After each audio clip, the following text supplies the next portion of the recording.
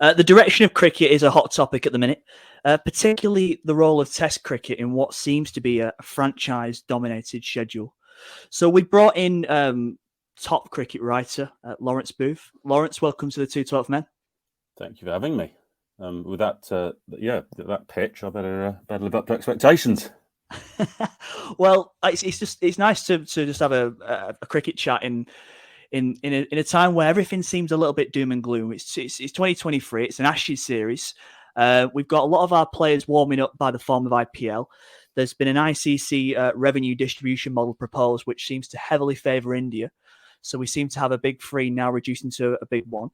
Lawrence, have you got anything optimistic to sort of tell us? Well, like you say, the Ashes is coming. Bazball's been a great story, hasn't it, for the last year? I mean, those are great things. In fact, when I sat down to write the editor's notes in Wisden this year, I started with Bazball, and I was thinking to myself, thank God for Bazball, because it's given me something to be positive about in the first 2 pages of the Wisden notes. The previous year was the Test team falling apart, the Azim Rafiq racism scandal. It was all pretty doom and gloom. But my second item after praising Bazball was the growth of T20 franchise cricket and what that is doing to international cricket, Test cricket in particular. Listen, we'll probably get on to various suggestions or solutions later, but at the moment, my first thought is we're at a dangerous place for Test cricket. I mean, Wisden has kind of down the years has thrived on saying that Test cricket's about to die. That is basically the message. As a Wisden editor, you have to, in your contract, you have to say, I believe Test cricket will die, and I'll write that every year. And this year, actually, it does feel like it. We're nearing that point. We talk about cricket at a crossroads. We've kind of gone beyond that, haven't we? Cricket has chosen its path, and I'm not sure cricket quite knows what is coming. We've had administrators saying for years that Test cricket is the primary form of the game, and they've protected at all costs, and their deeds have never backed their words. And now we're seeing the result of that, really, which is that private money has been allowed to take over. So is there something positive to be derived from this? Well, we can still mitigate the worst of it, I would say. We could, if the boards get together and say, right, enough's enough, no more, we will not send players to a new T20 franchise tournament in, say, Saudi Arabia, for example, or whatever. Yeah. Enough's enough. We're not going to keep giving away our players. We'll pay them more. We'll make them want to be international cricketers. If they don't do that, then we are in a difficult place, I would say. If your view is that what matters is protecting Test and international cricket, and not everyone agrees with me on that, I appreciate I'm coming at it from a certain perspective. So it's a gloomy place right now. I think you touched on one thing there about perhaps administrators putting the foot down on this, but do they care? Are they powerless in all this? How much can they actually dictate? Well, it's a good question, and it probably gets to the heart of one of the problems with international cricket, which is that the ICC, supposedly the game's governing body, is a fairly it's a bit of a hollow shell of an organisation, really. It's made up of its constituent members, and it does what its most important and powerful member wants, and that's obviously India. So the BCCI runs a world game. Some people would say it's actually the BJP who run the world game, the Indian government, because they are now getting their tentacles into the BCCI. I mean, it's incredibly politicised now, Indian cricket. We can see that now with the discussion about will Pakistan ever play India again, and what to do with that, the Asia Cup and the World Cup and so on. Well, a lot of this is dictated by the BJP. That's probably another whole podcast we can do. So it's the administrators, it needs administrators to stand up essentially to the BCCI. And what that basically means is England and Australia have to stand up. Supposedly the other two members of the big three, which is becoming a slightly meaningless moniker, really. It's the big one now. And will they do that? Well, I'm not sure they will. I mean, the two Richards, Thompson and Gould, ECB chairman and chief exec, are good guys. They are coming at it from, some people say, a naive perspective of saying that, let's play Bangladesh, for example, in a home Test series. A nice idea. It's not going to solve cricket, but it shows some willingness to keep the umbrella broad, if you like, keep everyone involved. But the Future Tours programme, that's set in stone now until 2027, and England are playing India and Australia for 20 of their 46 tests in that time, and all the other teams are playing 2-match series. So we can see the direction of travel. Test cricket loses money in a lot of countries, partly because it's never been backed properly. But I think the ICC had a Test match fund not so long ago, so the money was guaranteed.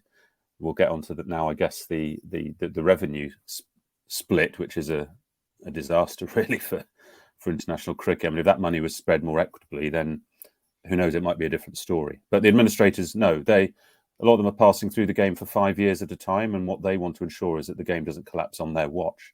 So they're going to take the finances that help them get through, and that often means a new T20 tournament.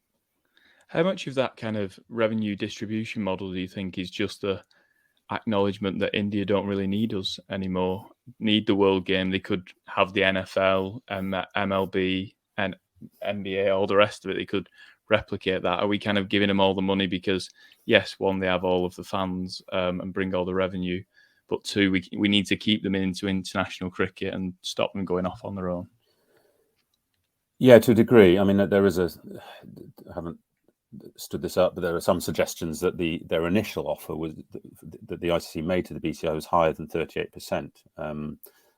Incredibly, you might think. You say that. I mean, I take your point. India could walk away now and set up their own league, and they've got the population and the TV audiences to do that. I mean, I would just say that probably wouldn't work in the long run. I think even Indian fans might get bored if there was no variety of nationalities in the IPL, for example. I mean, that's one of the interesting possible side effects of where we're going. You know, if you're, say, Sri Lanka cricket, at what point do you go, why are we producing international players anymore? What is our infrastructure about? What is our first-class system for? Because the moment these guys get good, they get picked up by a franchise. So we're not going to bother. Why would we bother? They don't want to play for our country. I mean, West Indies have faced this problem for years. New Zealand has started to. Trent Bolt not signing a central contract recently. So that is a big problem. Now, if these countries, and this is a doomsday scenario, but let's be honest, it's not impossible. If these countries stop ploughing their own money, or I suppose you could say the ICC's money, whatever, into the infrastructure of their own sort of setups, where will the IPL get these other cricketers from? If cricket shrinks, that I don't know many people who'd say that's good news. I mean, some private equity, private money, private businessmen in India might say so. Some Indian fans might say so, but the game will be less diverse. It won't be the game that most of us fell in love with. It is some kind of like capitalist dystopia where the game just kind of eats itself slowly. I mean, yeah. We were saying, Lawrence, when you first stood in the lobby, you know, you picked out the Wisden copy we had here from 1994, the year we were born. As English cricket fans, what we've ever known and what we've always grown up with is obviously the English summer. It's Ashes, it's Test match cricket. How should we feel as a nation about these sort of like, you know, drastic changes that are happening across the game so quick? How should we feel from a national summer sport perspective on this direction? Well, I mean, I don't want to tell everyone how they should be feeling. It's a very personal response often. My sense, I mean, I've covered cricket in this country for 25 years, and my sense has always been that Test cricket is the most loved form of the game. You know, T20's been around since 2003, but it still hasn't replaced Test cricket and people's affections here. We still pack out grounds. Maybe that's because some of them are quite small, but nevertheless, if they were double the size, I'm sure we'd still sell them out. Mm-hmm. I think a lot of people would fall out of love with the game. I mean, if Test cricket, say, was just the Ashes, that'd be boring, wouldn't it? It might be fun for a couple of series, but you'd soon get bored of the same players. And if we treated Test cricket like, say, the golf majors or the tennis Grand Slams, it will become this sort of almost freak show, wouldn't it? And that's I think we all love Test cricket because there's this sort of global context, and we can go to Sri Lanka and play on spinning pitches, or go to West Indies, used to be bouncy tracks, or Australia, and you know all the different conditions that make Test cricket such a challenge. If you diminished it, I think a lot of people would fall out of love with the game. I mean, we might get a new audience coming in for, say, the 100, but where are they going to go with that? I mean, one of the points of the 100, one of them, probably a small one, was to sort of graduate to, you know, Test cricket, and we'll keep interest in cricket alive. But if there's nothing to graduate to, I think people get bored of 6 hitting fests, which, let's be honest, that is what T20 has become. I mean, look at the scores in the IPL this year; they are frightening. I mean, if the team needs 25 off the last over, you're kind of saying, well, it's probably 50-50.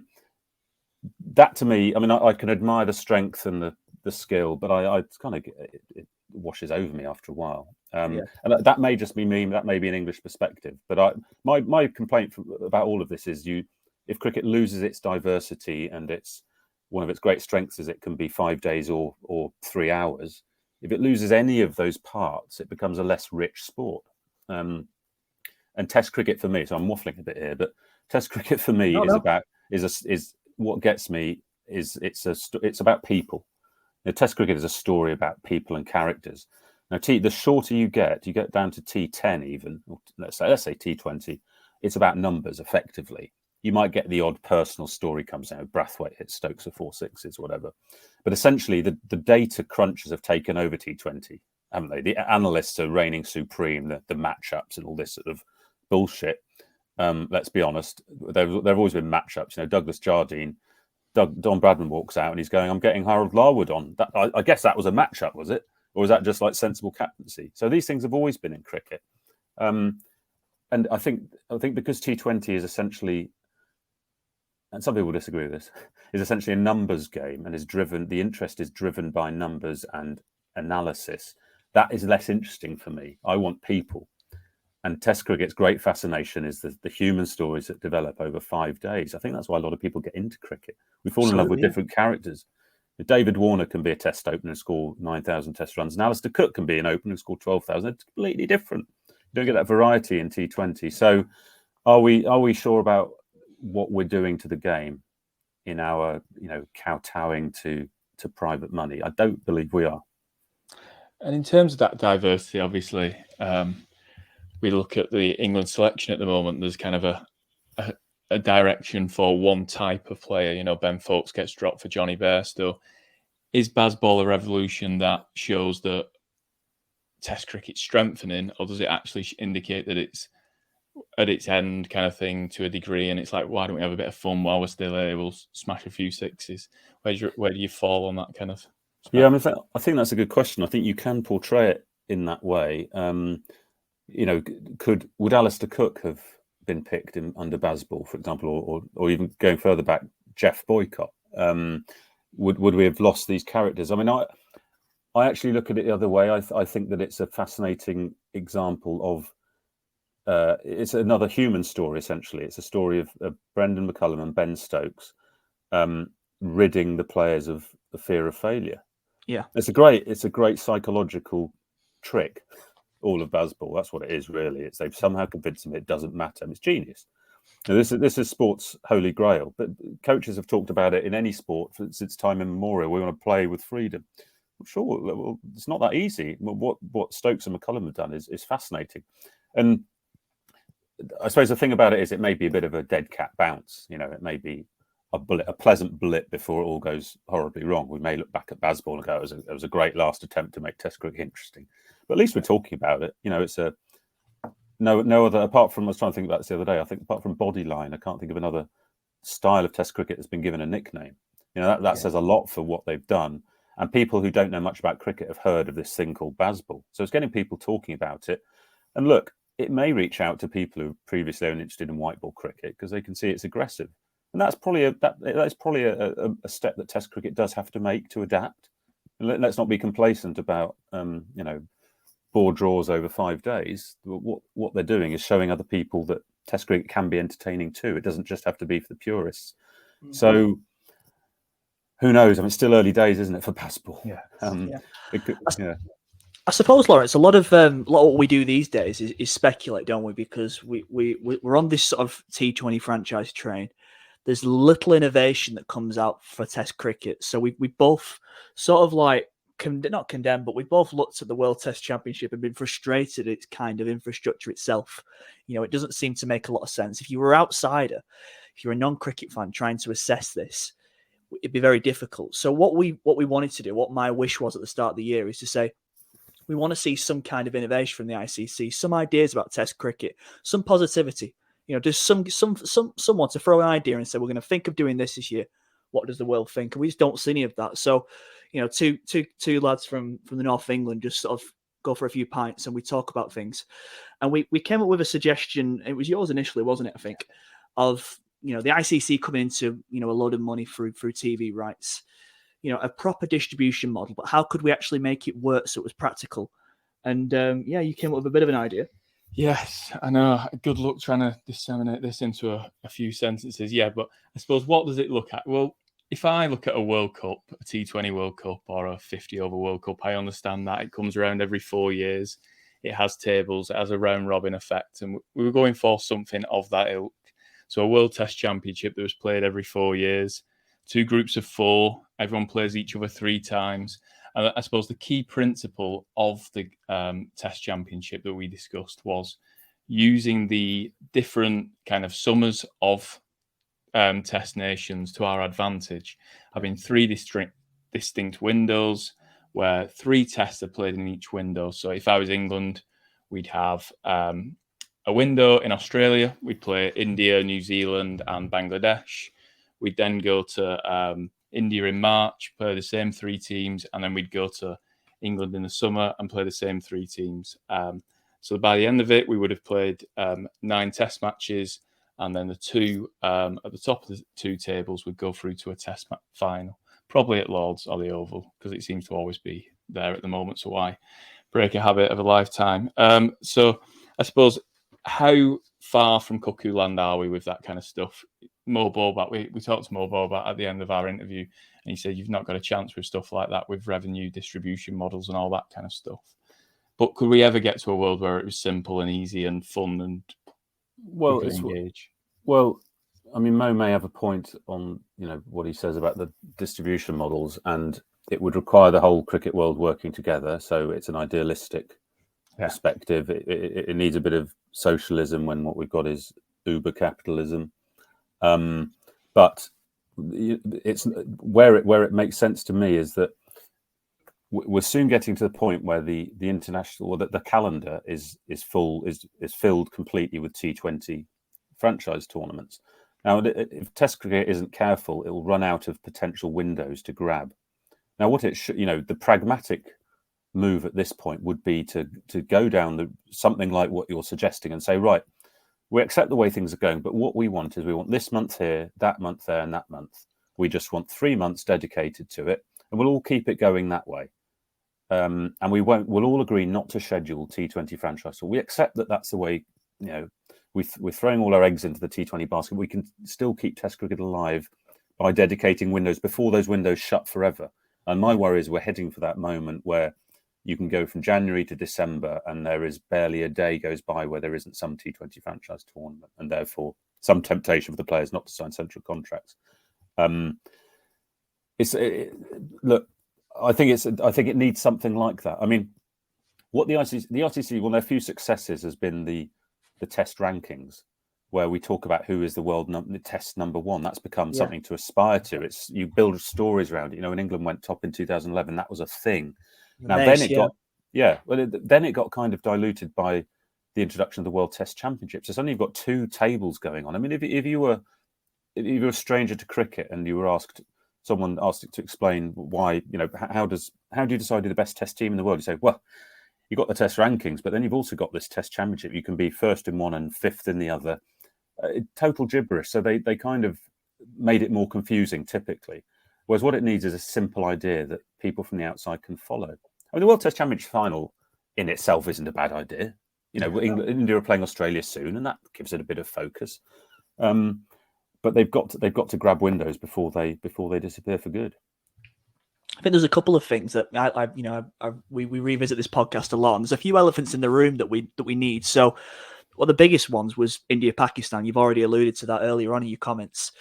For Test cricket to flourish, if it can flourish in some kind of future, we've got to get those 2 playing each other. And I think while it's such a politically delicate topic, a structure like this would see, for instance, in the English window, there would be a situation where Lords would be playing Pakistan at the Oval, and England will be playing New Zealand at Old Trafford. And I guess what this also does is it opens up the doors to an opportunity for a broadcaster to invest in Test cricket, where there'd be a multi-platform kind of, viewing platform at the same time, whether it be a red button kind of thing, whether Amazon might come into something like this.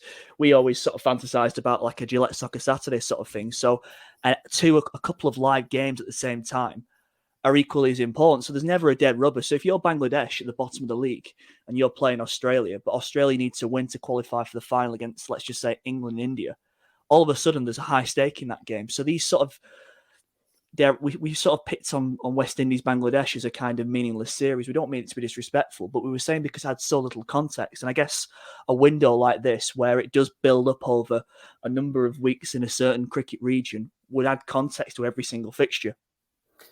Yeah, I mean, 1912, England, Australia, and South Africa had a triangular Test tournament in England, and it rained and it was a disaster. And people, weirdly, since then have gone, well, it didn't work in 1912, so it can never work again. A typical kind of Test perspective, but actually, Test cricket does now need a context that makes sense and lifts it above what it has been, where you have these.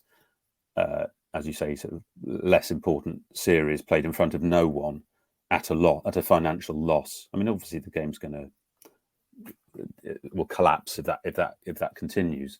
So yes, I mean, but look, we're back to the main issue, which is that everyone needs to work together, and we need to move beyond the idea that India deserves the biggest share of the pie, even though its TV revenues absolutely dwarf that chunk of the pie that they're getting from the ICC. I mean, they could take zero money from the ICC and still be all over every other country in terms of what they're making. So I don't like using the word, but to me that is pure greed, and it's self-defeating.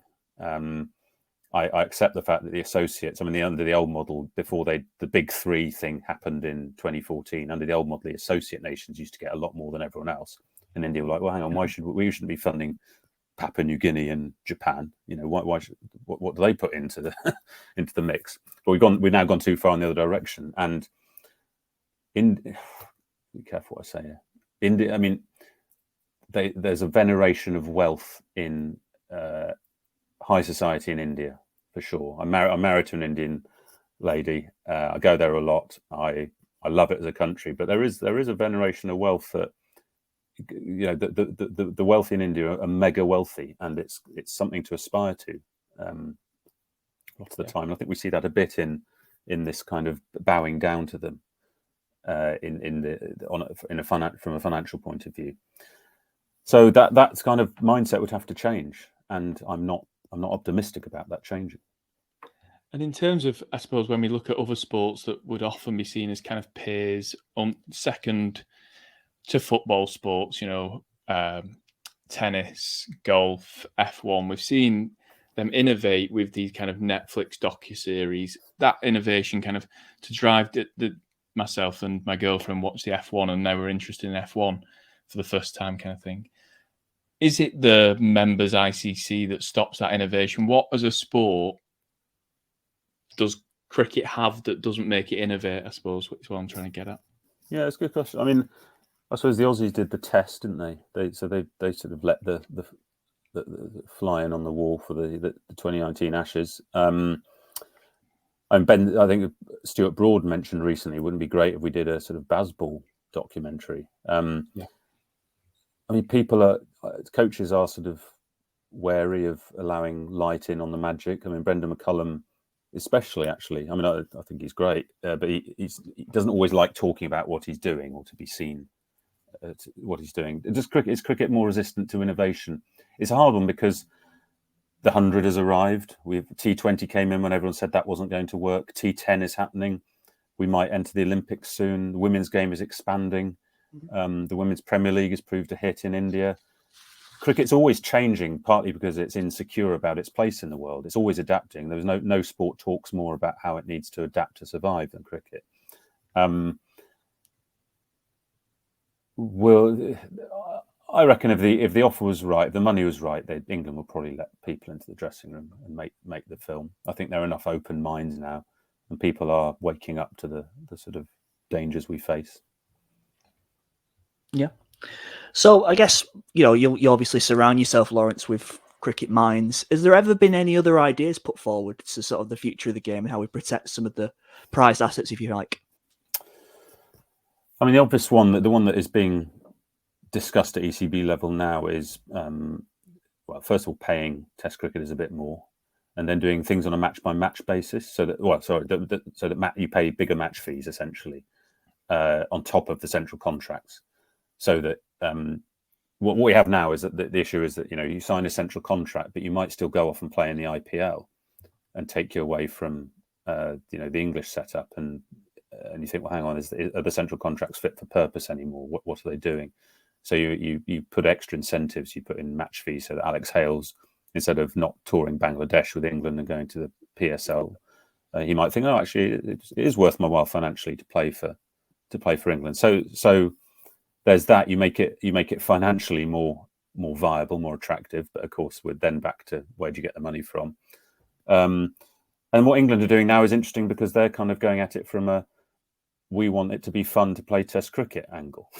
And that has worked to a degree because guys like Liam Livingstone, Will Jacks, they toured Pakistan with England with the Test team when they turned down Big Bash, or Livingstone certainly turned down a Big Bash deal to do that because they saw the fun they were having. They wanted a part of it. And Moeen Ali briefly considered unretiring from Test cricket when he saw what was happening with Bazball.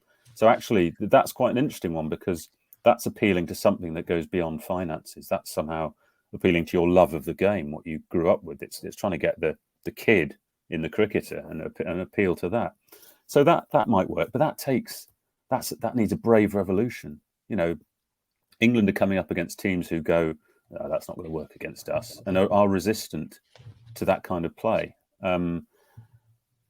So that kind of angle would probably need everyone buying into it. Well, that'd be great, wouldn't it? If everyone suddenly said, "Oh, sod the money, I'm going to play, whatever the version of Bazball is in India or whatever, Shastri ball or Virat ball or whatever." That's possible. Those are the two things really. I can't see how else you make Test cricket more interesting. Do you reckon you'd ever see a red ball franchise league? Do you reckon the Indians would ever spin that up and IPL 4-day games? Probably not, because first of all, they're obviously appealing to this kind of 3 or 4 hour window in the evenings. You spend any length of time in India, as I did recently visiting the in-laws, and often in the evenings I'd just say I'd give in and turn on the IPL, and then I'd sit there sort of comatose watching another last ball finish and think, well, actually it's a good recipe. You can see why it works. Yeah. Would that work over 4-day cricket? I suspect not. No one's going to be tuning in the working hours. Yeah. It works because it's an evening family thing.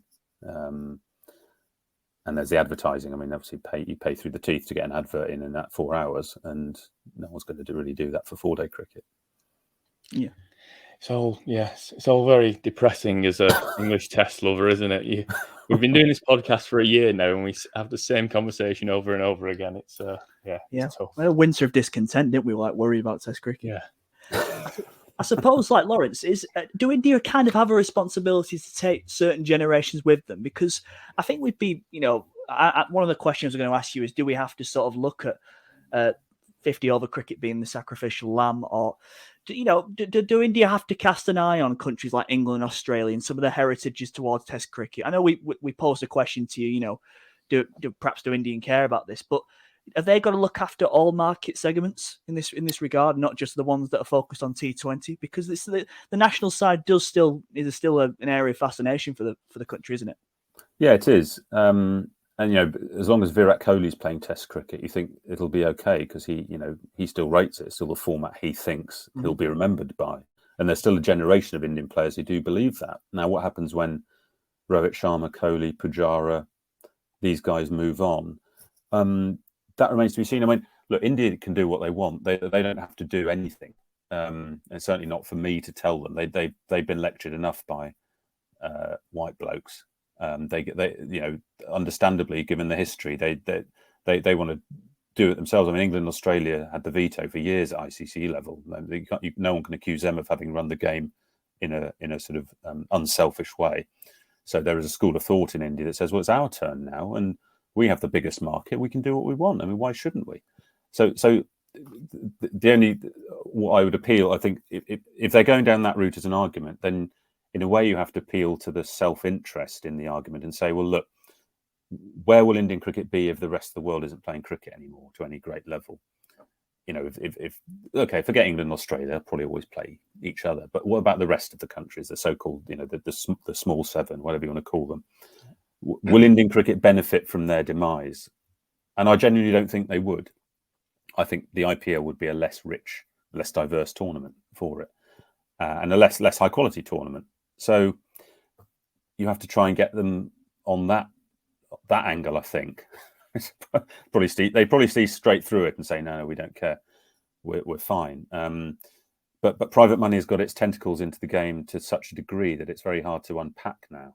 And you look at the way that the IPL franchises are buying up teams in other countries. There's probably 5 or 6 countries now where you have essentially these IPL proxy teams, and the states are going to have the Major League Cricket. Got Mumbai Indians, New York, is that right? Something like that. So it's a bit like Man City in football, isn't it? Buying up these, and then the feeder teams, and then suddenly the IPL could become like the Champions League, and all these other T20 tournaments are the feeder tournaments. So they might get a team from England or Australia or South Africa, invite one of them each, and I mean, that's the way it's going to go probably. And then the Test cricket becomes like you've discussed, and as I mentioned earlier, like the sort of marquee events like in golf and tennis. You follow the sun, like you were saying earlier, Bob. Sorry, we're back to depression. We're back to depressing sort of perspectives, but you've got to be realistic as well. I think if I can summarise, Lawrence, I think cricket isn't the only sport facing a commercial crossroads, is it? If you look at what's happening in golf, the Live tournament's been like a wrecking ball through some of the, the traditional PGA sort of championship there. Football itself is a runaway train. Other sports are attracting, capital to come into those games. I think the tonic we all need now is an Ashes series, and it feels like it's been a while since there was a, one of those knocking about, despite the last one not being through the COVID stage. So cricket has obviously that, ability to somehow survive, doesn't it, for all the comments and for all the time. So who knows? We might look back on this in a few years' time and said we were wrong about all this, but one can hope, I guess.